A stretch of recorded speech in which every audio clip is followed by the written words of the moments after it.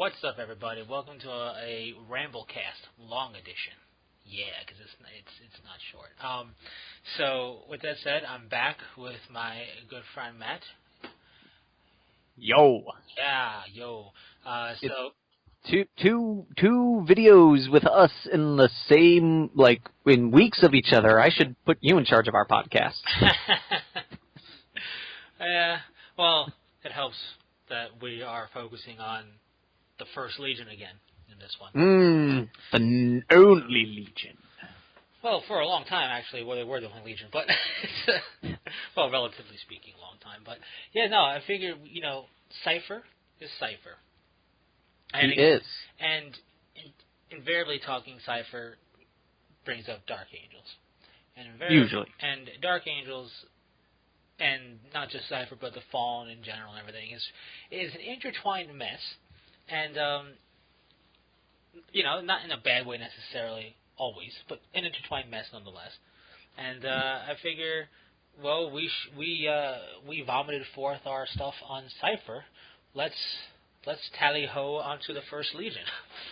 So, as you may remember from the previous RambleCast, we are fans of the First Legion. We are. So, it might be a little skewed, a little biased, but I'm going to do my best to not just gush about what I like about them because, nothing's perfect, but the First Legion, no, nothing's perfect. So, overall impressions before we dive in, the Dark Angels. Thoughts? Overall impression, they are the First Legion. They are the only Legion. They are a Space Marine chapter that I wholeheartedly enjoy. For the most part, because they're green. I do like green as a color, to begin with. They're one of the few chapters where their dark secret could arguably be not that terrible, but they view it as such. And also, there's a lot of aspects to them that I tend to portray myself a lot. I am very quick to anger, and I am very slow to forgive a lot of times. And I am not hiding a big secret about what happened to my original house, because nothing happened on my original house. Exactly. Everything's fine. But in general, I enjoy them because of they're the First Legion, so they have this huge, big, piece of honor attached to their name, and they have this really big secret, and they will go to any lengths to protect it at all costs, while still maintaining a fairly good reputation amongst everyone else, unlike some other legions that have a deep, dark secret that they don't want getting out. And all in general, I just think they're awesome. Yeah. They are pretty awesome. They are. I thought it was that they're slow to anger, but once they're angry, they don't forgive you like ever. Yes, that is basically it. Yeah, which is a trait that I think a lot of people can identify with. I know I can. I don't get angry very easily, but when it eventually happens, it's not fun for anybody. But and you never forgive. Oh no, I can't. Ever. I can't. I'm not allowed. It's against the law. See, ladies and gentlemen, fun fact about this gentleman here: he still holds a grudge against the doctor that hit him when he was born. I do. That joke. No, but I really like the concept of the first. There's only one first in anything, really. Like you only can have the first happen one time, and yep. It might be because I am the oldest of my siblings, so I'm the first child, that type of deal. Maybe that has something to do with it a little bit. Not really, because it's nowhere near as epic as I guess being the First Legion. But Yeah. but I just really like the concept of what, and I guess part of it is going back to being brought up as the oldest child and having certain expectations and having certain things taught to me by my parents as being the oldest. That like the Dark Angels have, even if they wanted to sit on the couch and binge watch, whatever, they can't. Like they have, there's a certain expectation. While not much is known about them by the general public, compared to stuff like the Ultramarines or the Salamanders or what have you, everybody who knows anything about Space Marines in terms of the Imperial citizenry know that Dark Angels are the first, and that just commands that much more awe than anything else. And it says a lot when, like, a lot of people always talk about, like when I had a friend who used to play Ultramarines, and he used to talk about how the Ultramarines are the best, the Ultramarines are number one, and I would always go, as Magius Calgar once said, when the Guard need help, they call the Ultramarines. When the Ultramarines need help, they call the Dark Angels. Remember that. Well, it's the mystique behind them, and the whole Fallen aspect of it is something I like if I feel it has become rather stifling for post-heresy fluff, and we'll get to that a bit later. But like, I like that even if having traitor brethren that from way back when isn't the all damning secret that they believe it is, they still uphold it. They still, and people say, well, they're kind of mean and evil in a way. They've killed Inquisitors. They caused a Black Templar's spaceship to go missing. Maybe not. But they've caused... I thought it was a Grey Knight. No. It's Black Templar. Oh. Yeah, nobody messes with the Grey Knights. It's not. It says... now I'm curious. I have to read that again. Because you got me piquing my interest. Well, basically with that, just to sum it up, the Black Templar encounter the Dark Angels on a mission, right? Doing something. Yep. And they offer their services and support, and, because this is the First Legion, we have a chance to support the First. And that's actually part of the fluff in there. And they go, fine. And it just so happens that the Black Templars caught the Fallen they were after while supporting them. And they demanded that they hand over this person they captured, and for whatever reason they captured him. I didn't, Black Templars don't usually capture, but they captured him.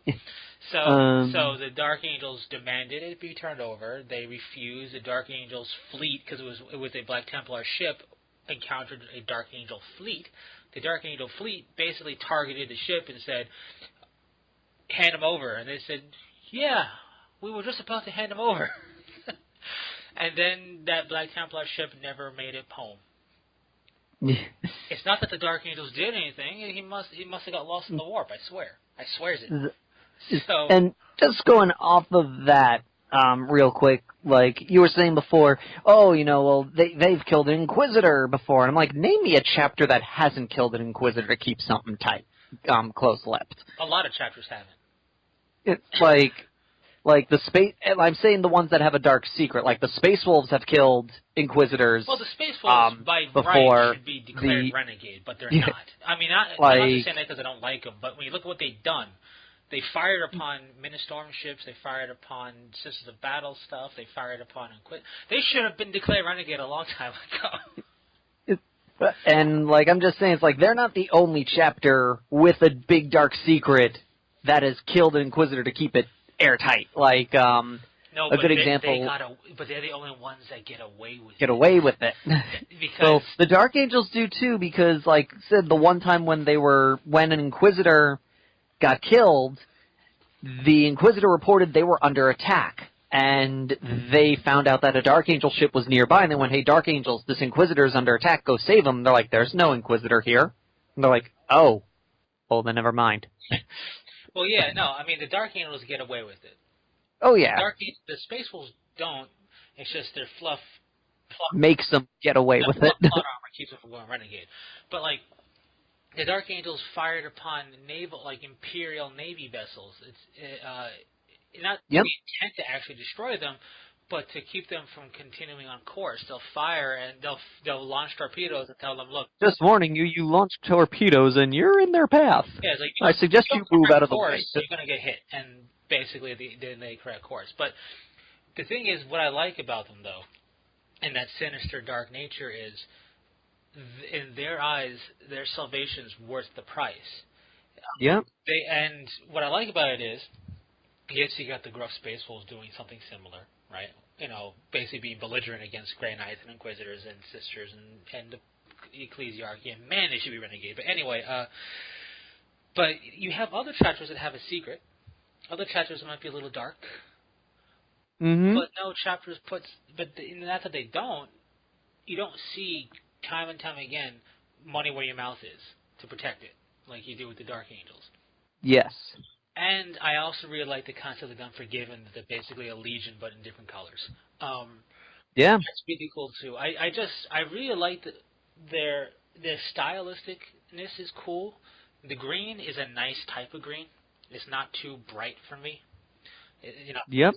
Everything like that. It's just, when I look at the Dark Angels, to me, it embodies one of the aspects that GW has always portrayed Space Marines as. The Ultramarines are the other side of that coin. The Ultramarines are your very prismatic, not that they, eloquent, not that the Dark Angels aren't eloquent, but, you're very prismatic, vocal, social warrior kings, right? Like, they go and they conquer and they build up societies. And they are heralded and really popular and actually a very powerful chapter because of that. I mean, they rule a whole, empire in space. So, you can't discredit the Ultramarines. The Dark Angels are the monastic warrior knights of duty that the Space Marines are also portrayed as. Like, they exemplify that aspect to the nth degree, like the Ultramarines are the warrior kings. And chapters outside of those two embody one aspect or the other in conjunction in some type of weird combo. And I really like how you have that on two sides of the coin. And I don't think it's any mistake that constantly in the fluff, whenever the Space Marine power levels, if you will, are brought up, the Ultramarines and the Dark Angels are at the top for power and purity in terms of their DC. There's a dead heat, basically, there. And I don't think there's a surprise there when you have those two pillars of Space Marine society. Mm. So I like them for that aspect. I've always liked the more stoic, taciturn natured, hero, if you will, the one that doesn't talk much, but also isn't, my parents are dead, not Batman-y, but like the ones that are just don't talk unless it's absolutely necessary, and when they do talk, it's like, whoa, that's important. I like that. That's what the Dark Angels do. That's what the Lion was known for. That's why Russ hated him so much. Yeah, that, and also the Lion had more victories than him. Yep. Of course, and the Lion were the two that had more victories than Russ. And he's like, Russ didn't like that the Lion didn't speak often, and he took it as personal. He was like, he only doesn't talk when I'm not in the room. When I'm out of the room, he talks a lot. And they're like, no, he doesn't. It's like, how do you know you're not in the room? Like, neither are you. So he's talking to himself. Turns out he's the king of the monologue. I mean, he could be. I mean, Lionel Johnson is a very Shakespearean name, if you ask me. Though it's based off a poet, I think. Yeah, the poet's Lionel. Yes. And he wrote a poem called The Dark Angels. About homosexuality, I believe. No clue. I think that's what it is, which is why there's a big joke. Like, ha, Dark Angels. But, not that it matters. It's just that happens. Yeah. Like, that happens. And now I'm curious. That happens to be the inspiration behind the Primarch's name and the reason they're called the Dark Angels. On a outside of fluff reason, like on a game design reason. But yeah, no. I find that the thing I like about the Dark Angels is the thing I like about 40K a lot, and it's not just the Dark Angels that I really enjoy this. It's the learning about them, right? Mm. Like, I've had a lot of fun learning about Ultramarines.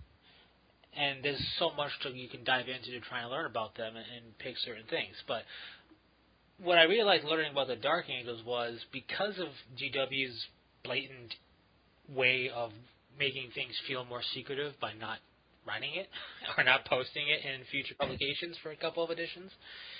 I felt like in my task to learn and collect Dark Angel stuff, I got the Angels of Death Codex, and I got other stuff out there, and an old novel, and an old short story book that had on the cover was a Dark Angel Dreadnought, and everything. And I felt like I was actually uncovering information on them because of their deliberate withholding of it, which isn't the best way to do things, but I'm not praising GW's decision for that. Where I've always stand by the concept that we are the omnipresent reader. We should have this information on the easier accessibility side for us as omnipresent readers to know any fact and secret. And withholding it wasn't good, but because I really wanted to learn about them, it actually felt like I gleaned something when I found out something new about them. And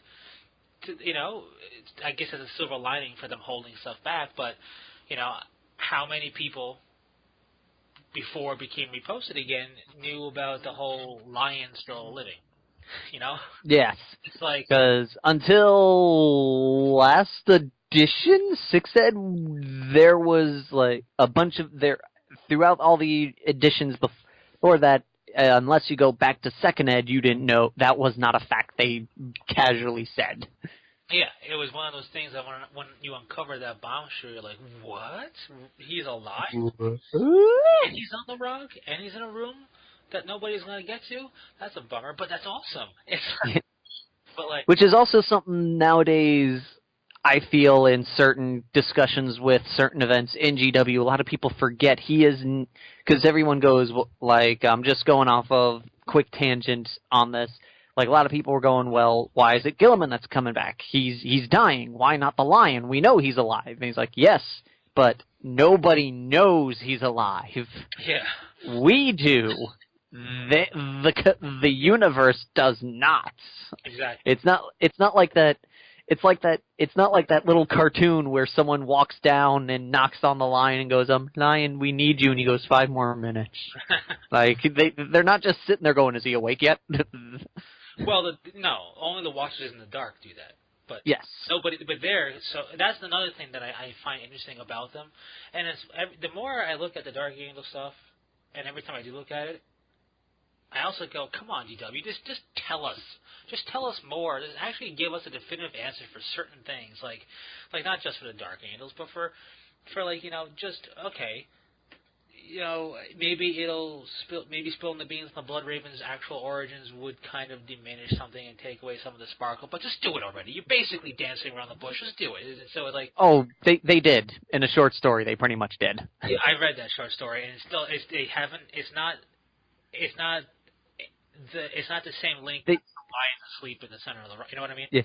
Yeah, but they put Blood Angels on the cover, and it's called Lost Sons of Prospero. I count it as giving up and saying, fine. We'll see, because they could encounter Lost Sons of Prospero. You have to wait. but nah, they gave up. I don't know.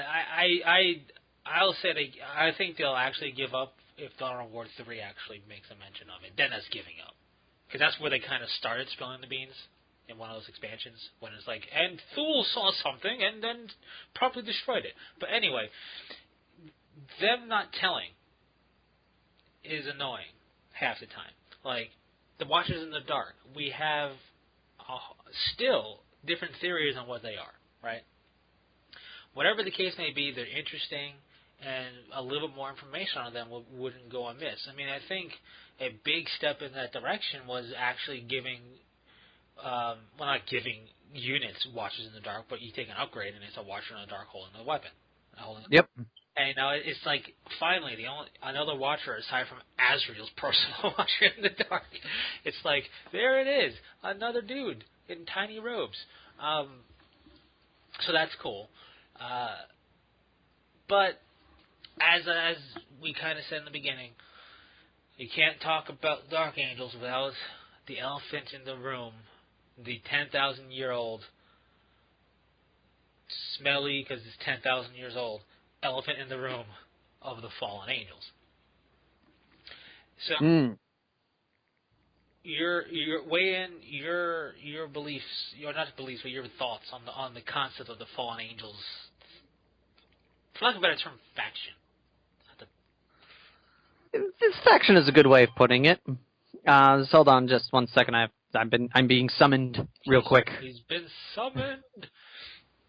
And the reason while he's being summoned, I say, it's not the best word, but it works, is because one of the big things with the fallen angels that kind of gets downplayed or kind of swept under the rug whenever anything that's an event or anything climactic happens with multiple fallen angels is they're not all on the same page. You know what I mean? Like there's fallen angels who, like Estellon, who wanted, just some of them, even more than Estellon, just want to repent, like actually want to repent and atone for the mistake of following Luther. And then you have others who are seeking to become demon princes to certain gods. You have full-fledged chaos fallen angels to the ones that want to repent. And so you're never going to have the fallen unite like you would with, let's say, a scattered chapter that's trying to reunite. Like, they're never going to pull the Cypher and that unit in the picture as a full fallen angel force. There's always going to be the Chaos Space Marine of the bunch, the corrupted Dreadnought of the bunch, like all of that happening. So, sorry, thoughts? I am back. The Fallen in general, I think it's an interesting concept as a whole because there's such a mix-mage-podge of characters with them. You've got Fallen that are basically repentive and are like, what have I done? I was wrong. I was a jerk. I should try and fix this. And are trying to live their own like solitary lives, looking over their shoulder, just trying to make something of their life that they kind of ruined. Then you got some who are like, basically, no, we were totally right, and I'm going to continue this cause till the day I die. And we were not wrong. We were the ones that got wronged in this situation. I find, honestly, other than that, I feel like a lot of the Fallen is kind of untapped territory that isn't fully fledged out, in my opinion. Like, usually whenever there's a story or anything involving the Fallen, it's usually Cypher in most cases. The only real Fallen I can really speak about, because he was the one that we have the most info on, is Miria Astalin. And Miria Astalin is a perfect example. Whenever people start going, the Fallen, we're right, or all these things, I point to Miria Astalin and go, oh, really? Let's look at this guy for a second, okay? He was part of the first 5,000, and he loves that. He's like, I was one of the first 5,000. You'll never know what honor that is. Because it's true. It's kind of an honor to be said you were the first 5,000 dudes the Emperor picked to be Space Marines. I mean, that's quite a big deal. And what this may be a bit spoilerific for some people. I do apologize, but it helps with the point here. Is one of the big things is Astalin was going to be the leader of the Dark Angels. He was going to be the Legion Master and be their commander. Just prior to the Emperor making that decision, he found the Lion. And that's one of the main reasons Astalin decided to side with Luthor, because he was really angry that the Lion was found and Luthor became second in command and he lost his promotion. Right. And it's like, okay, so you mean to tell me this guy who literally said, damn the Imperium because I didn't get a promotion, he's the guy to be siding with in all of this. Yeah, And all of his stuff he said in his novelizations when interrogated and all that. How you can, one of the things that worked well with him is how much is a biased opinion on his side, how much of it is fabrication, and how much do you truly trust. And one good thing about that, I will say, is he's depicted in such a way that one of the reasons why I like him so much is there's a misquote. Well, not really a misquote. There's a misfact about the lion that stems from something he said. And the way he says it, he is very convincing with how he says it that some people actually think it's true.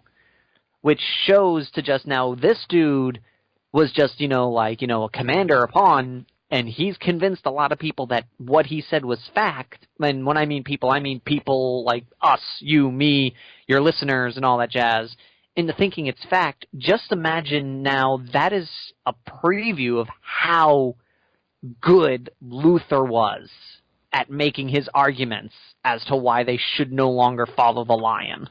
Right.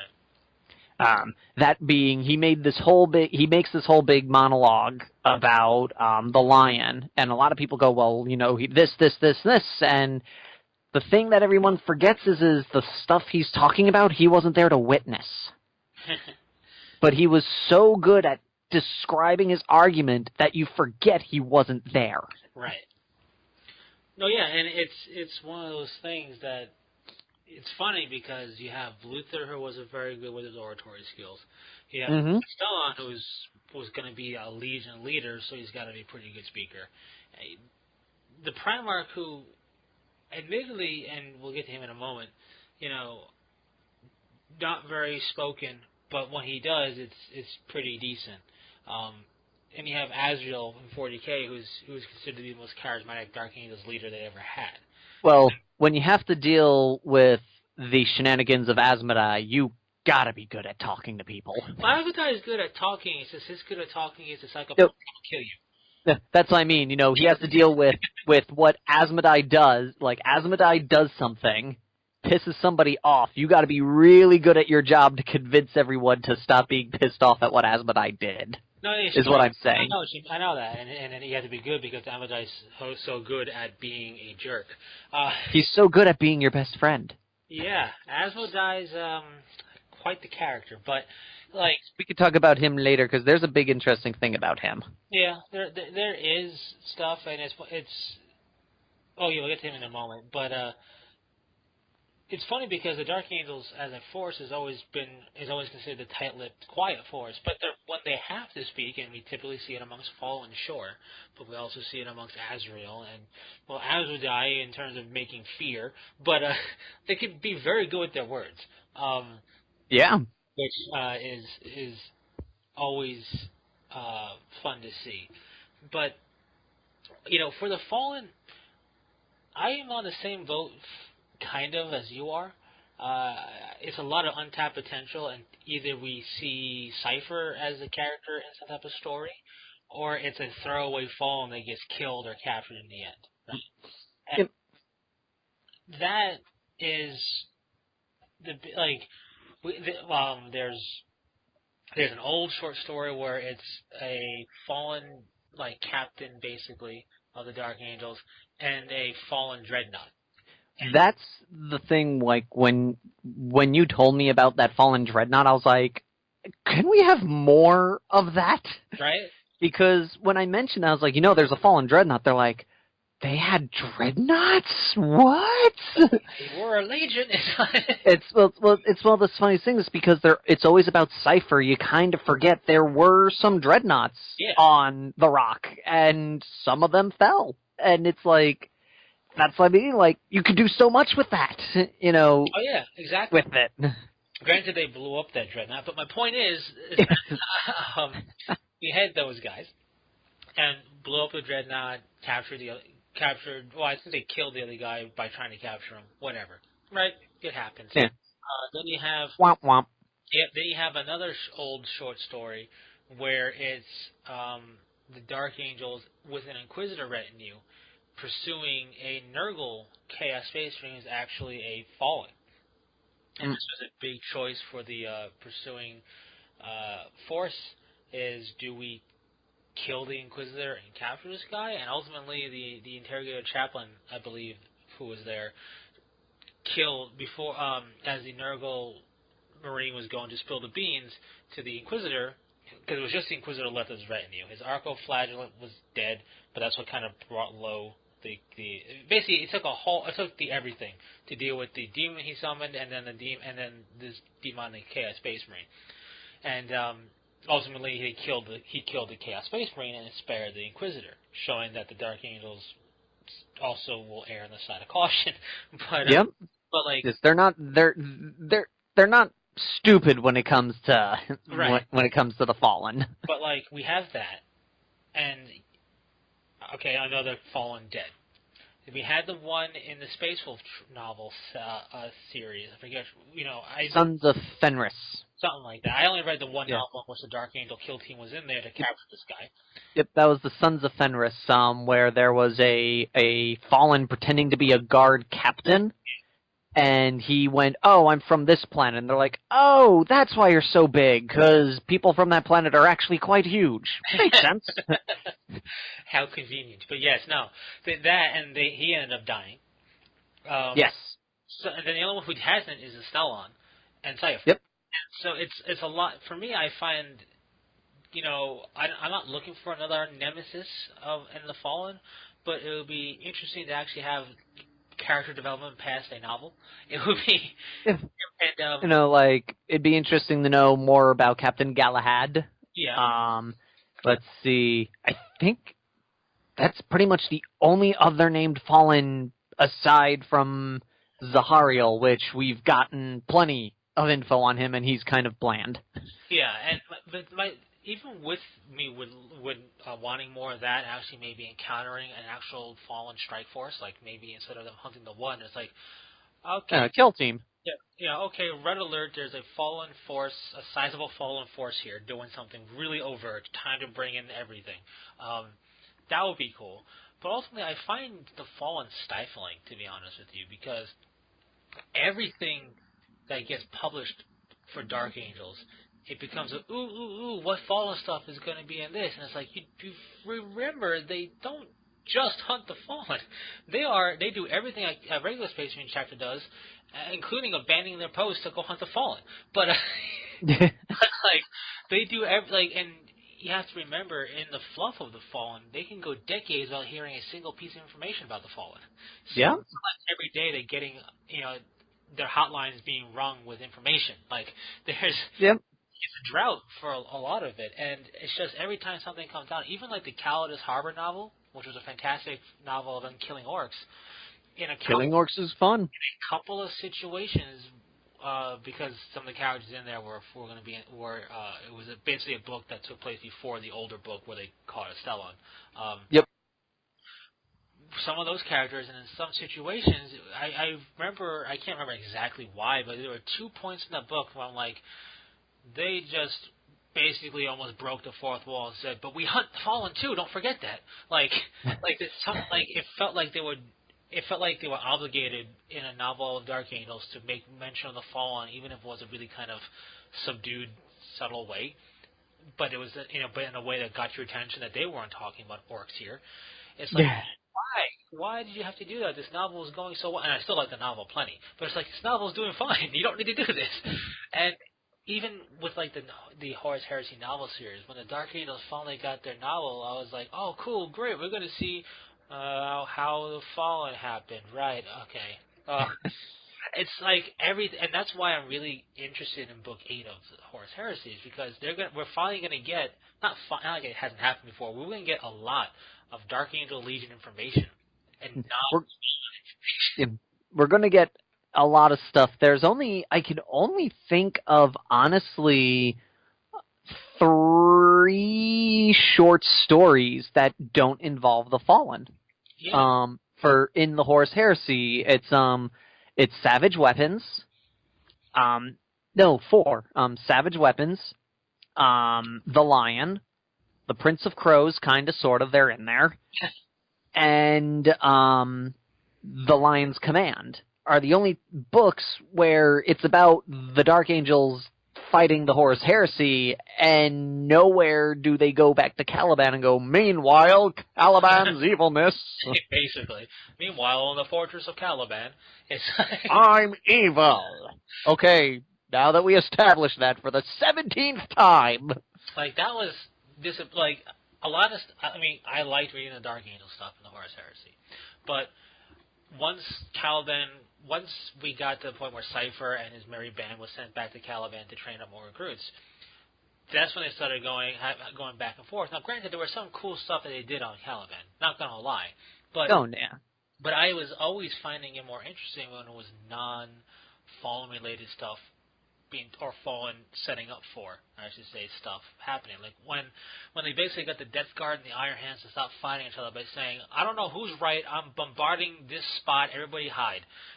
Basically. And they realized he wasn't bluffing and everybody hid. But that was great. That was just fun and it's stuff like that. And every time I get to learn more about how the Dark Angels were when there was no Fallen, a little piece of me yearns for wishing that was the case of how the Dark Angels are now. I mean, the Fallen are cool. I like their hunt, the secretness, the Unforgiven, the whole aspect, the whole 9 yards. But I'm like, but what happened to the Firewing? What happened to Stormwing? Ironwing became a battle formation, so okay, fine. But like, what happened to Dreadwing? Like, the Deathwing was the veterans. Imagine Deathwing and Ravenwing without the, not that they're limited to hunt the Fallen, but without the need to hunt the Fallen. What could they have done? Like I just, the more that Forge World basically and Black Library give us of Dark Angels pre-Fallen anything or pre-having to worry about anything with Fallen, the more I'm like, you're breaking my heart. You're showing me something that we're never going to get in 40K because you're showing, like, as they were described, they were the Proto-Legion. They were the most numerous, most powerful Legion until they lost a lot of dudes in one battle. One campaign. But they were given experimental weaponry. That's why they have access to a lot of relic gear and equipment in the 41st Millennium, because that's what their Legion was about. They were given weapons that were not standardized or given to any other force. They were given as the First Legion, and they were the standard of which everything else was set to reach. Yep. The experiment. And that's a lot of cool... That's so cool right there, and that helps build up the whole gravitas of we're the first. And it's just... That's so cool, and now let's get smothered by Fallen activity again. Okay. It's like, come on. It's like... That's why whenever Gathering of Storm 3 happens, I'm concerned, because it's good. It's like... It can go one of two ways. And speaking of, like, the events of Gathering Storm, there's a possibility for the Bert and Ernie situation to happen with the Dark Angels, and I'll explain the Bert and Ernie situation for those who don't know what I'm talking about in a moment. As we know from what we discussed here, Cypher's apparently helping out Gilliman for some reason. To what end, we don't know. In Gathering Storm Part 3, the Rise of the Primarch. I don't know why I've been meaning to say everything in full titles today. Like, I don't know. Don't ask me. But one theory going around is that Cypher's gonna go to the Inner Circle and go something. And after something is revealed, the Dark Angels are going to be split into two factions. One faction that believes Cypher and follows Azrael and Cypher to do whatever it is Cypher and them think they need to do. The other sides with Asmodai and goes, no, he's lying, and now they're kind of split, and there's kind of like a renegade-y side of the Dark Angels. So you mean there'll be 3 factions of Dark Angels then? And this goes into what I call the Bert and Ernie situation. People who don't know, it's Bert and Ernie, there was a long-running gag on the internet, and just against casual friends, and it just boiled up with the internet, that they were a couple. Yeah. And when the LGB, whatever the abbreviation is because I'm horrible at that stuff. It's changed over the past few years, so I don't remember. Granted. But when they finally got rights, I think it was for marriage, they turned around to Sesame Street and went, okay, make them come out of the closet. And they're like, what? They believed the joke. Yeah. Now with Games Workshop being more active on the internet, dropping leaks, listening to people's questions and complaints on their Facebook page, like the Alpha Legion and the New Traders Codex as an example, they're looking on the internet. We could have another situation where everyone constantly goes, oh, what do you play? Oh, I play Chaos Space Marines. Oh, any particular Legion? Dark Angels. Yeah. We may get that, and they may go, oh, everyone wants the Dark Angels to be evil. Okay. Bam, Gathering Store Part 3, Dark Angels are now evil. You're welcome. A joke about the Dark Angels' loyalties could end up becoming fact. And then at that point, you have to wonder, was it worth this running gag that, to be honest, okay, it was funny the first 20,000 times, and now it's gotten old, if you ask me. Yeah, my concern with Cypher and the Fallen, again, Fallen smothering Dark Angel / Unforgiven story development, is this is the equivalent, basically going all in with your hand in poker is what's going to happen in 3, based on that, again, it's based on that one picture, but when you have Fallen led by Cypher alongside a Primarch and his chapter, basically, and alongside the Grey Knights, you're going all in. Yeah. The problem I have with that is, in the story, the way it basically is, the Unforgiven are on the move. And when I say that, I mean the entire Unforgiven is moving as one. They decided to take a risk because of Cypher activity. Specifically because of Cypher activity. They said, screw it, we have to do this. If they question us, we'll make up a lie later. And all Unforgiven all the official, let's put it that way, Unforgiven mobilized. As one, underneath the command of Azrael. And that's a big deal. Cypher alongside Gullivan's a big deal. If they want to make the Dark Angels renegade or feel real evil, I see Dark Angels v Ultramarine Grey Knight Fallen Angel happening in Gathering of Storm Part 3, with it ending with potential Emperor's Children intervention and then intervention. I'm thinking the way the book's going to end is going to be, that's where we're going to find out if the cat's out of the bag or not. And that way they can lead it to the next part of this campaign where they could go, oh, the Imperium is split. Who can you trust? Oh! And that's the thing, though. I mean, you're probably absolutely right. But that's the thing about the Fallen. As, again, part of Dark Angel fluff.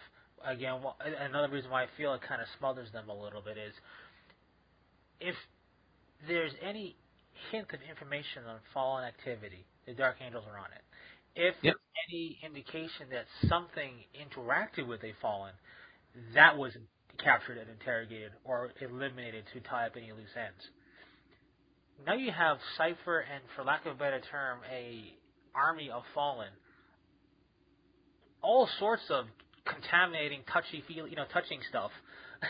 And it's to put into perspective, those people who know Grey Knights, which I think are awesome, the first War for Armageddon was against Angron and his world leaders. The Grey Knights undertook the purging of basically mind-wiping / killing everybody who used to be in Armageddon and then bringing new colonists in. That's how dire the sort of chaos used to be in the fluff of 40K. It wasn't Imperial Guardsmen fight chaos in the Eye of Terror. Woohoo! No, it used to be Imperial Guardsmen regiment decimated after fighting against chaos, and then the Inquisition kills all the rest. Typically, in most parts, the Inquisition will kill anyone who comes in contact with chaos because they don't want word to spread, because if words spread, and ideas can spawn more chaos. Yeah. So that's how it is with the Fallen and the Dark Angels. That's why the strike cruiser of the Black Templars never made it home. That's why they fired upon an Imperial naval vessel and boarded another vessel. That's why they intercepted a Inquisitor. Yeah. So that's what the Fallen fluff is. But now, like with the Dark Angels, but now you have so them just being in the public eye like that, and by public eye I mean in the eye of anybody that's not a Dark Angel, the cat's out of the bag. Yes. And if VW tries to pull, is the cat out of the bag? No, the cat's out of the bag. You got Cypher. This does go into an interesting piece of it, and I'm wondering what your take is on it.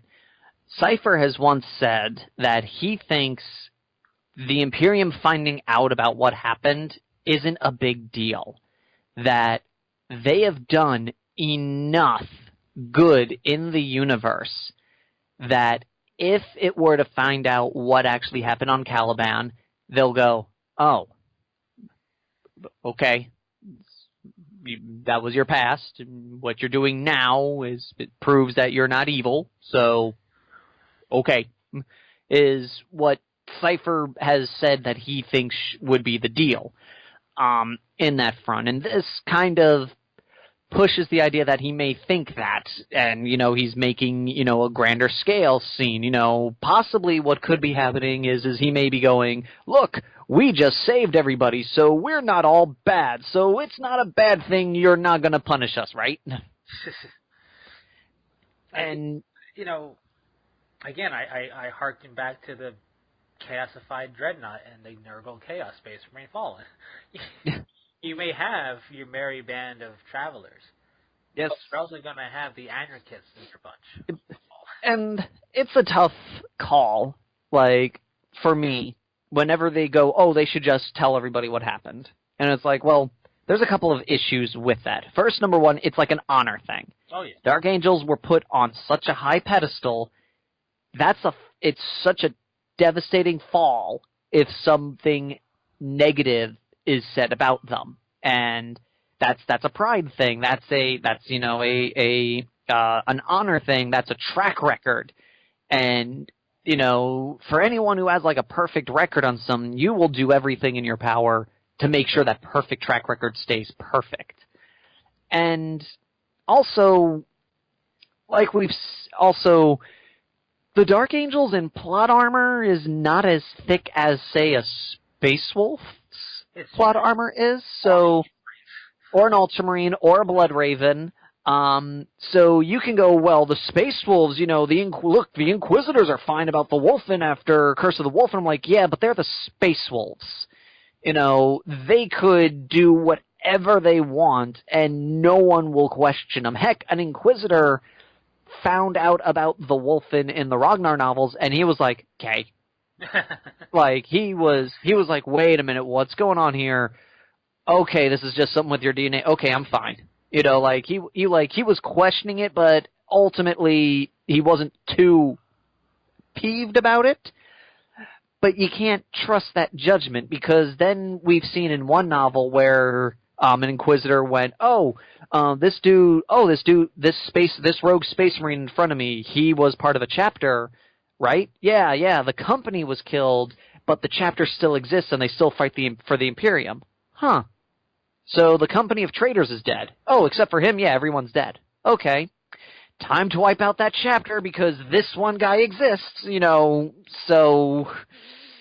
Well, yeah, and they go to extremes, and that's a problem you could say with the Dark Angels. They go, yeah, they could let it slide, but we've seen plenty of instances where they've wiped out more for less, so you can't really judge it correctly. There's no way of telling what will happen. Absolutely right, and that's the Celestial Lions situation. The Celestial Lions voiced their displeasure and protested how the Inquisition exterminating a planet that they were in the midst of trying to save. From not from like corruption or stuff, but like just trying to actually save it. The Inquisition exterminatus did, and they voiced a formal complaint in the Imperium's channels of the Inquisitor and his action, and that resulted in the chapter nearly being wiped out on Armageddon by Vindicare assassin sniper fire, taking out their apothecaries and them being constantly given false information and walking into traps because the Inquisition basically gave them intel saying, yeah, there's only going to be like 10 orcs there. There's 3 Gargants and 4,000 orcs, and there's a company of Celestial Lions, and they don't back down, so you fight to the last. And they nearly got killed off because of it. And that wasn't even for betrayal. That was for saying, I don't like the way you do things. So, Yep. so and then you look at the Dark Angels, a legion force with legionaries who fell, or not even that they fell. They just went off the beaten path. Some fell to chaos. Others are just renegade, back of a turn or anything like that way. But Yeah. I look at it as I think Cypher Cypher may think that. Cypher may be doing it as a ploy, and I think that is the author's way of injecting our, being you, me, everybody else, modern people's thoughts on, well, you did so much good, obviously you're good, and that's not how the Imperium and 40K operates. We're talking about a secret of 10,000 years, and we're talking about a universe in which there's a lot of Imperial forces that hold grudges for tens of thousands of years, or have crusades. The Black Templars are on crusade for 10,000 years. They're Imperial Knights there are a couple of Imperial Knight houses that had bloody spats with the few that went renegade and went traitor in the Horus Heresy, and they vow to hunt them down and kill them whenever they see them to this day in the 40K timeline. Things don't peter out after a decade. so, I mean, it's over the top, because 10,000 years, how could a secret possibly last that long? Yeah. But at the same time, it's like, you're talking about the Imperium, where blood is the currency of the Imperium. Life is the currency. They killed a man for saving his regiment because he used a Xenos gun. Yeah. They will exterminate a planet because of a handful of potential cultists, because it's better the billions of people die than chaos spread to one more person. Like they'll sacrifice planets like poker chips. We're talking about a very uncaring future where nobody's a good guy. So when you look at it, when you take a step back and think about the secret of the Dark Angels and everything in that light, plus the length that they went to keep it secret, 2 and 2 are going to be put together. It's not going to equal 5 this time. So it's going to be a problem. Yeah. The other thing is, they could do the complete 180 thing where the Dark Angels, they could do what people, as part of your joke thing, have been saying. The Dark Angels, as we know them as a chapter, are now renegade. The Fallen are now loyal. You know what I mean? Like, call them whatever you want to call them. And they are now this Dark Angels chapter. Like, you have Chapter Master Cypher leading the Fall. Like, that would be a terrible thing. Yeah.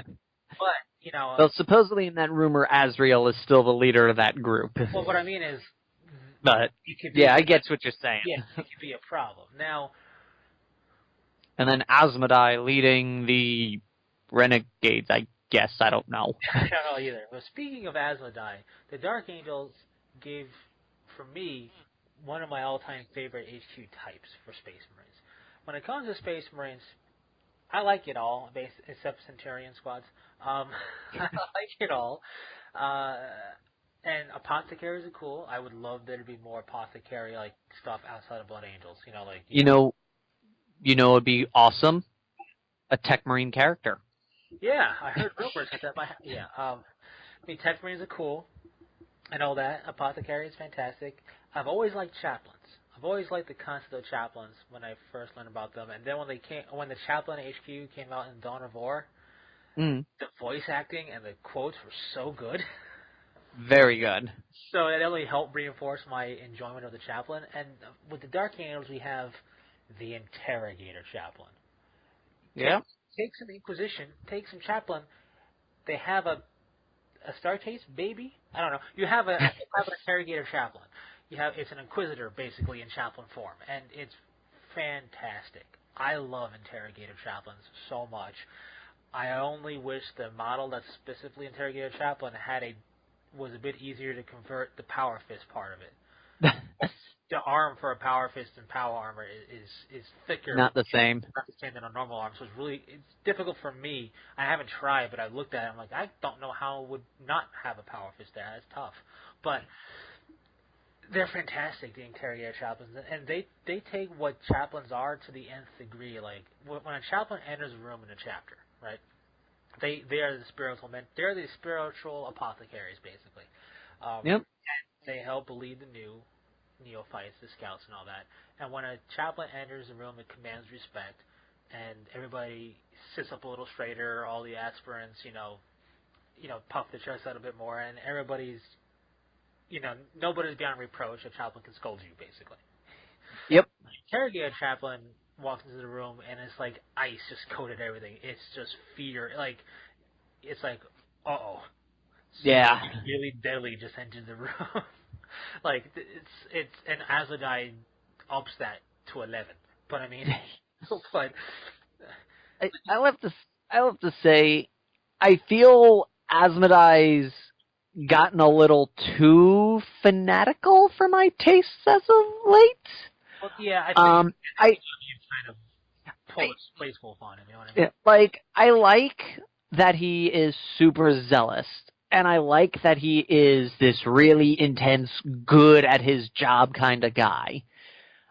But I liked him better when he wasn't so vocal about it.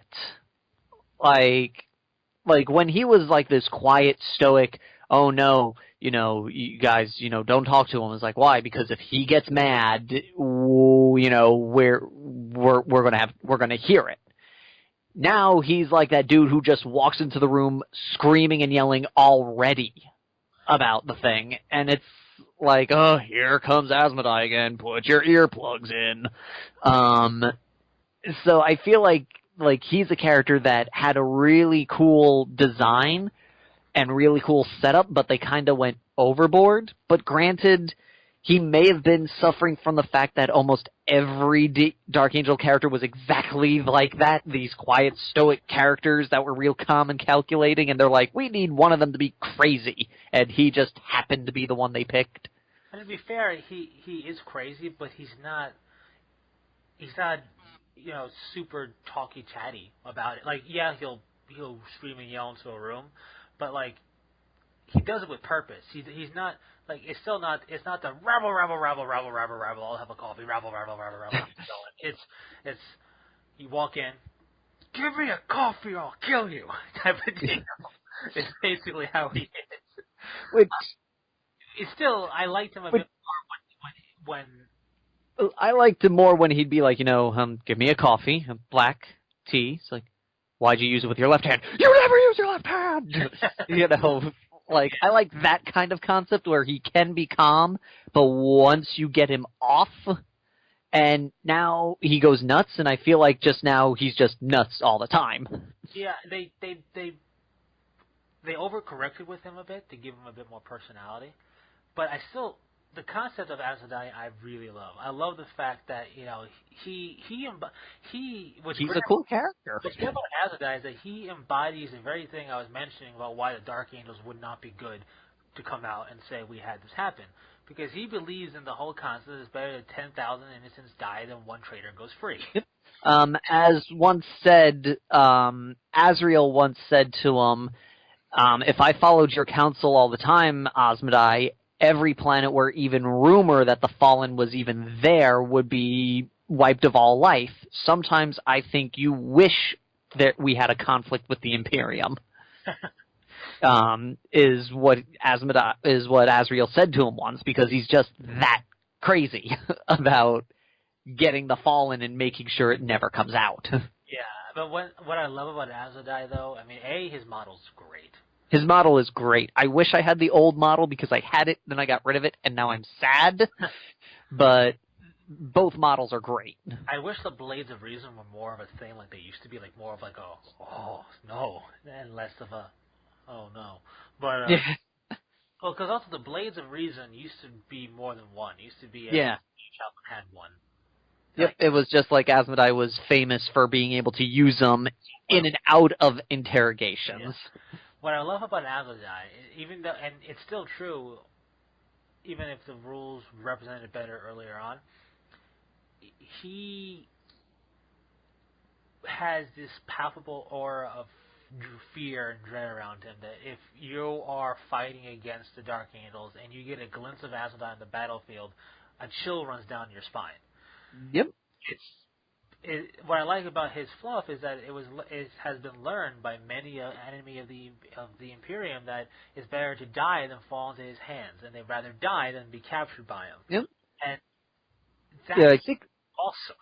Yeah, I think in the original rule set he reduced.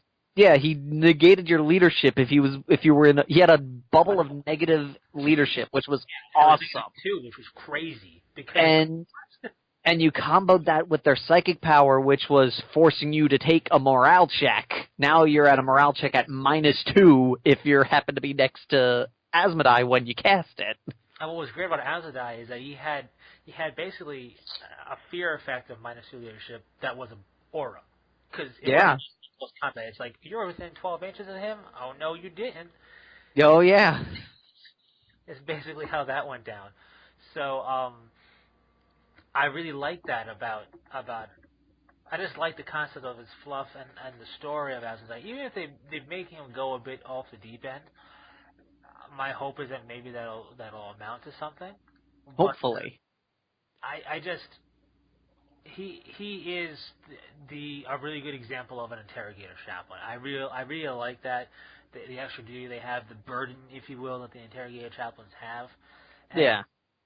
And all that is something I really do enjoy, and it's one of the reasons why I'll never get rid of wanting to build a Dark Angels army list force, because I like chaplains, and if I'm going to want to field a chaplain, I might as well field the best chaplains in the game, the interrogator chaplain. And by that I mean they have the better stat line and everything, and all that jazz. So they are really cool, and another aspect I like of the Dark Angels.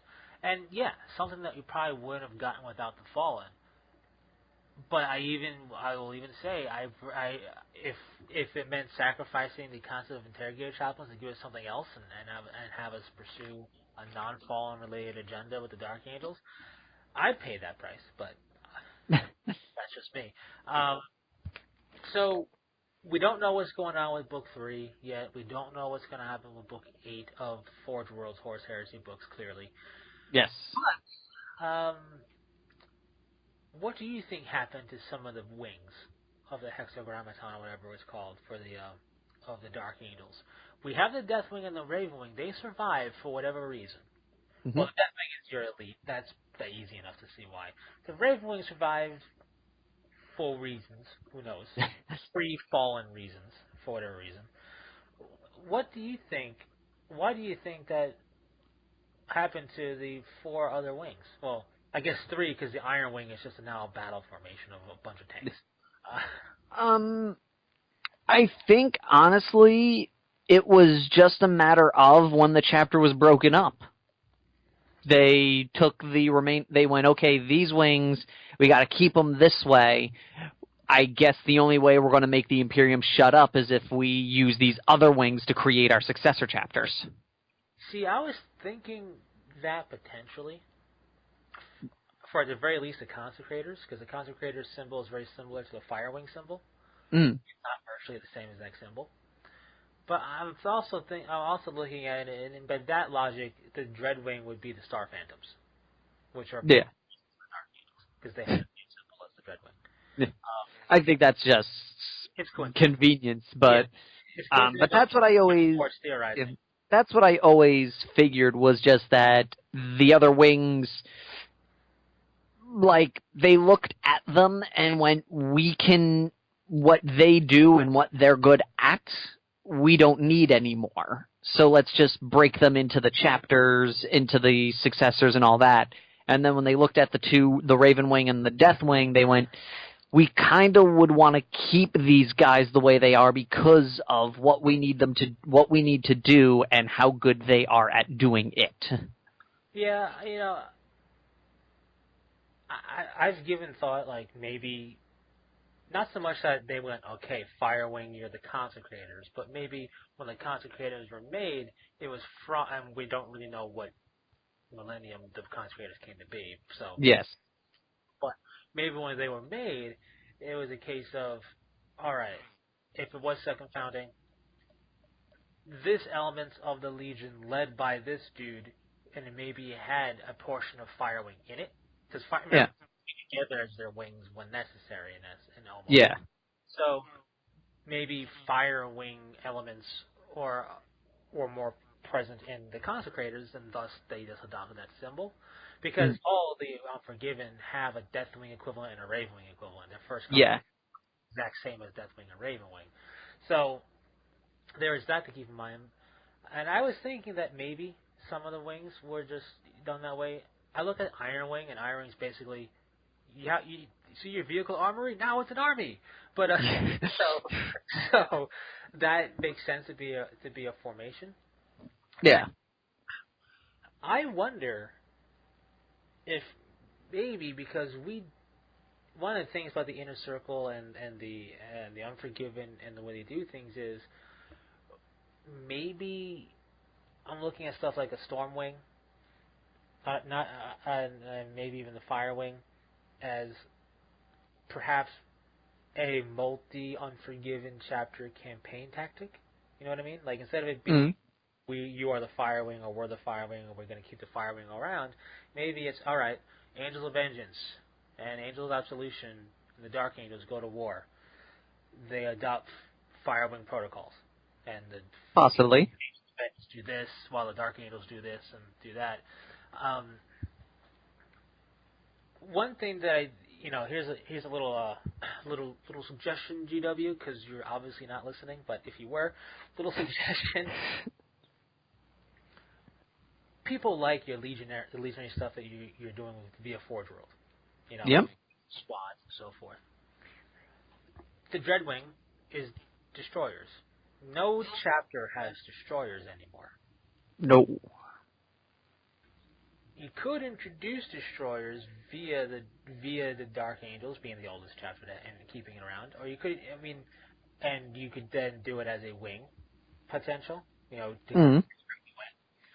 You could do it as a successor. You could do it as just bring the destroyers back. Come on, but that's what this really boils down to. You just want destroyers back. I do, but I also would think it would be cool to see, like, one of the things that people brought up on the interwebs about pre to post heresy is, yes, the Codex Astartes is penned. Yes, that probably negated a whole bunch of stuff that is no longer in use, like destroyers or the specifically boarding Marines with the shields and whatnot, and like the breachers and more dedicated specialized forces that way. Yes. But I look to things like the Dark Angels, even like the Blood Angels and stuff, who deviate from the Codex Astartes. Yeah. Good opportunity to bring some of those things back, and you can do it with a flair of fluff with the Dark Angels having those 6 wings. So, a little bit of a wink, wink, nudge, nudge suggestion, but but really, for me though, with the Dark Angels, to just boil it all down, final thought style. Rambling on is it's kind of like saying, why do you like seafood, or why do you like donuts? Why do you like seafood? It's still delicious, but it's kind of like like why your favorite color is your favorite color. Yeah. Try to describe it. All it comes down to is because I like it. And that's how it is with anything in 40K and this Dark Angel Ramble. Ultimately, it's because I like it, right? But, like, I think we brought up some good points, though. With the Dark Angels, Azadai got too loud. He did get a little too loud. The Fallen are really untapped and have been for a while. And if you think of, I mean, it's one of those things. They're overtapped in the fact that everything the Dark Angels does is hunt them down. They're not tapped in the fact that whenever we actually get a legit story about them, they're either just the mustache-twirling bad guy, unless they're Cypher. Right, yeah, and that's what I mean. Like, but the Fallen themselves of actually being a plot point thing is not tapped, is left untapped. It's more so that the blanket that is Fallen, Yeah. shrouds and smothers the Unforgiven and the Dark. Yes. Where it's like, and I think, even though they did it tastefully in the current edition of the Dark Angels Codex, when you read every fluff point that talks about the chapter's breakdown, it all is mentioned with the aspect of the Fallen. It's like, the Tactical Marine is not the best way to hold an objective while the Deathwing go in and go fight the Fallen. You don't have to tell us this. Sometimes Tactical Marines are just Tactical Marines. Leave it alone. It's like no, you must know that they're great for holding objectives. But like when hunting the Fallen. Right. It's just like everything was permeated by hunting the Fallen in the Codex. And now what made it bearable was it wasn't super in-your-face stalker style, but it was still this kind of smothering, stifling blanket of, I get it, the Dark Angels hunt the Fallen. Can we please move on from that concept? We can talk about something else. But what is your takeaway from the chapter? Like, what is it, like, okay, your biggest enjoyment of it, your biggest disappointment with it, being that it's some of our favorite forces, you know, your biggest enjoyment, your biggest disappointment, and what one thing you would change? Yep. For me, let's see. Biggest disappointment, I would have to say is, well, it was kind of discussed in our last video, was how big Cypher has gotten and how convoluted his story has become. That's, I'd say, my biggest disappointment. Thing that I would change, there's not really any major thing I would change. If anything, it's a minor thing. It's like a little nitpicky thing because I really can't think of much that I would change. I would probably change just how audible Asmodai is in the stories. Like, if he was, like, if before he was like 7 and now he's like 11, I'd crank him down to 9, 10, you know, type of thing. And thing I like the most, that was the other one? Yeah. Yeah, okay, sorry. Thing I like the most, I would have to say, is the fact that they've got some really cool gear that you can only get playing with them. That's true. That doesn't. Like, I like the idea of the Land Speeder Vengeance. I love the Nephilim jet fighter and the weaponry on it, on the Dark Talons, sorry. I love the Dark Talons items. I love the plasma cannons on the bikes. And I like that we're seeing a lot of that show up in Forge World, because if you buy Forge World bikes, they come with bolters or plasma guns, and you're like, oh, that's where they get it from. That's awesome. So I'd say that's probably my favorite thing is they've got a little bit more stuff like that. And game-wise, I would bring that back. Right. There used to be a lot more that Dark Angels can do that the others can't. We still have that here now. You know, there's certain weapons that Deathwing can use and mix and match Terminator squads. There's a little bit of it, but I think I think some cool things with the tactical squads, like bringing back the fact that we could only have plasma cannons, would be a cool thing. But that's like a little nitpick. There's very few big things where I'm like, oh no, this has to change when it comes to the Dark Angels. Right. Cool. For me, my biggest enjoyment of them would have to be ultimately the very personality and demeanor of not just the Dark Angels, but the Unforgiven as a whole. Mm. Yes, they're not used, their gene seed isn't used too much to make successors, Yep. but look at their successors. I mean, the Angels Avengers have kind of a morbid sense of humor, but Mm. outside of that, they're all very similar, and they're all still pretty taciturn, stoic. They all very much act like they are a legion in terms of their demeanor and everything. They're close knit. And yes, the Ultramarines are like the pimp daddy of successor chapters. It's like, oh, you want to make a successor? I got the gene seed for you. But like, You get a gene seed, and you get a gene seed. exactly. But even like with them, you have wildly divergent chapters in terms of the compared to the parent chapters. Same thing even with the Imperial Fists.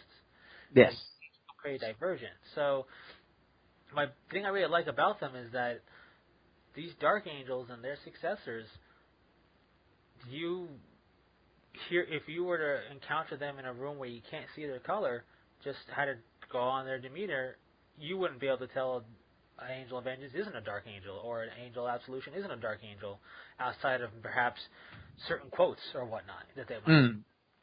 So I really like that. My biggest disappointment, that's tough because it's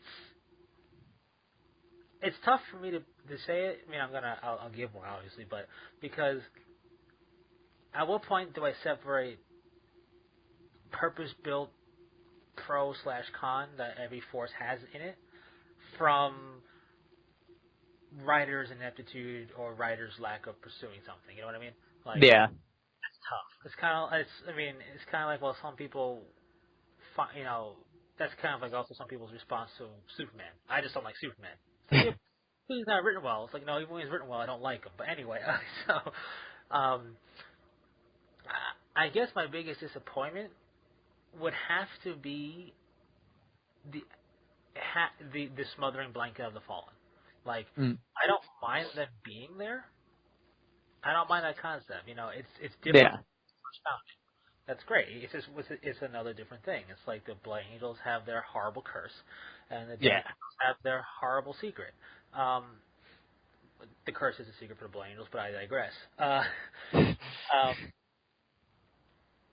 I'm okay with them having something like that, and further adding to their very stoic, isolationist outlook on stuff. But I'm really disappointed in the way it's been carried. We had it ebb and flow. Just like Cypher went from being his thing to obscure nothing to now too much. We had Fallen be a thing, get some attention. I don't mean just fluff, but game wise, and then drop off. And now they're getting attention again. It looks like, and probably too Mm. much. And when it comes to fluff, it's like, oh, you see this? In this latest novel, the Dark Angels, they they made way towards the galactic core. Who are they hunting? Nobody. They're going to fight against Necrons because they know the Fallen. No, because they're Necrons. I'm just making up an example here, Yeah. but it's like that's the level of smothering. It almost feels like it's kind of like, you wake up, you get a text, and it says, "So what Fallen are you hunting today?" It's like, leave me alone. That's Understandable, yeah. that's kind of, I guess, my biggest disappointment. And something I would change. I would. I mean, it's a cop out, but I would change this whole Fallen thing. I'll either, I would have that changed to where it's actually either gone and we have a whole different shtick for something that happened 10,000 years ago, maybe if they want to have a secret that way, or it's much more finite. Because right now we have this indiscriminate blob of Fallen. Like, Mm. if they knew, like, if it was clear, like, if it wasn't just flung through space and time, but there was a clear documentation that 3 companies worth that were on planet of Caliban got off planet, and we know who they are, and we spent these 10,000 years tracking these little jerks down because they fled into the warp. I would be a lot more okay with, because at least it's like, there's a goal, it's attainable, and I think sometimes the journey is a worthier part, but it almost feels like the fluff forgets that the Fallen don't reproduce. Like, they're not Yeah. Fallen. The Fallen are a finite number of legionaries from the Horus Heresy time period. Mm. And it feels like, and now we have 13,000 more Fallen. Where did these guys come from? Going off of that, do you think it would be better if it was just Caliban was destroyed, the Fallen were purged, and now it's just we just hope no one ever finds out? Maybe. I think that, but I think a little bit of column A and a lot more column B. You being column B, so like nobody found out about what happened here. They were purged, except for 3 slippery jerks: Cypher, Estalon, and Luther. Mm. Okay. We have to try. We have to get these guys. Like they're Dark Angels Most Wanted. They're the only Fallen, but they incite rebellion. They basically the equivalent of Alpha Legion and their cultists. You know what I mean? Yeah. Bring armies to their cause, and they are causing a problem. We have to suppress, and they're resplendent and arrogant in wearing our iconography, and we have to suppress anything like that and say no and do it basically do what they're doing now, but either have it be like the 3 amigos there, or a very finite number of Fallen that they have gone and they're down to the 3 to 5 amigos, something like that, something where it's a bit more understandable why they don't get stuff for decades, and why they're not hunting them every day, because there's only 5 left. So yeah. It's hard to find them when they go to ground, but we're doing our best, and the fact that we can track them is amazing. So that would be the big thing I would change, but since I said that as a big disappointment, I guess one thing I would change is green's cool, the bone armor of the Deathwing is cool, but let's just have them all. I just wish it didn't. That story you told me about the studio painting didn't happen. They stayed black armored. That'd be my biggest non-critical change would be, can we go back to black armor and with the white robes? Heck, even the Deathwing can keep their green robes. Just black armor. Everybody black armor. I just like it so much better. Like I said, the green. It's a good green. My biggest problem with painting this green is getting it between too dark and too bright as a green to start off with. Mm. But I like it. I don't like the color scheme. I would have never actually started collecting them if I didn't like their color scheme. It's just that the more you learn about them and where they came from, what they look like, it's like, but the black works so much better, especially with their name. Fair enough. Yeah, so that's I guess the non-super critical thing I would change. But yeah, share your thoughts in the comment section. Do you like or dislike the Dark Angels, and why? Are you of the same mindset I am of the Space Wolves, but for the Dark Angels? That's fine. Put it in the comment section. One thing about 40K is that everything is over the top.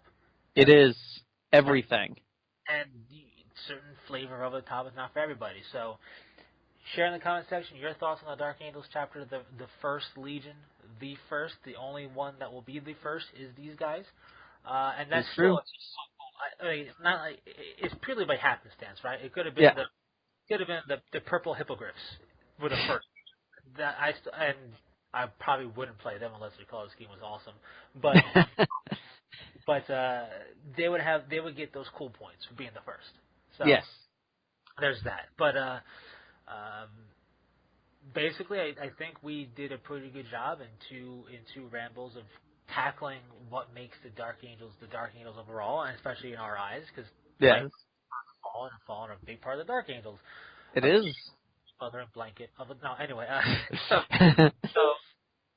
what that means is basically we have to wait till book 3 to see any big story happens for the Dark Angels in there. Yep. Story, not just Cypher's purpose, but the story of the Unforgiven, and book 8 of Forge World. And depending upon what gives us information when, obviously we'll probably get book 3 of Gathering Storm before we get the Forge World book. In theory, Gathering Storm, if going off of recent patterns, since the White Dwarf is coming out the first weekend in March, that means the book should be on pre-order either the 4th or the 11th of March. Right. So it's definitely going to be released in March because they've been making the magazines about what comes out that month. Yeah, and book 8 of Forge World is not going to be in March. So. No. Probably no earlier than December. Right. Supposedly we'll be getting more about that in May. Supposedly. So, may have to revisit the First Legion come December time period when that happens, and if we do, you'll know about it because there'll be a RambleCast happening for that. So, put in your calendars now, folks, sometime in December. But, Woo! Anyways, I think that'll be it for this RambleCast. The only one that might happen in the future is eventually when Book 7 comes out, we've had time to digest it. We are the 1st and the 15th. We are. So we are. It's double anti-Space Wolf, I guess you could say. Purely because those two forces we really enjoy are the Dark Angels and the Thousand Suns. So, pretty much. And pre-orders this Friday, man. Gotta get going. Definitely going to happen. And I wonder if it's just a book going to go out, or maybe the Sekhmet Terminator upgrade? Apparently, like I've said, everything's they're going to talk more about the book in May during the next to Warhammer Fest. That's when we're going to see a full picture of Magnus because thanks to Gilliman, they decided not to talk about him at the last Weekender, and that's probably when they'll start pre-ordering those things because it usually is the book gets pre-ordered, then the next major Weekender, everything else starts getting on pre-orders. Yeah, I mean, we'll see. We'll see. Usually, sometimes they'll do something with the book, but sometimes. The only nice thing is the book going up for pre-order means we probably won't have to wait till May to get it, only because models come out after the fact. So yes, at least we'll have the fancy pages of the books. Yes. And maybe a picture in. Oh no, there probably is not a picture of the Primarch models in there. No, but they'll be drawing. There will be drawings. Artist rendering of what Magnus looks like. It's just gonna be a bunch of hair. But anyways, so that'll probably be the next RambleCast that I'll drag Matt to. So more of our shenanigans and Matt shenanigans and potentially other of the Fearless, you can check out Fearless Games. Yes. Second shameless plug in the second RambleCast. How's that for you? So, yeah, give it a check if you had any remote interest in this. And, again, share your thoughts. So, with that, I think that's a wrap. All righty. Take care. Peace, everybody. Bye.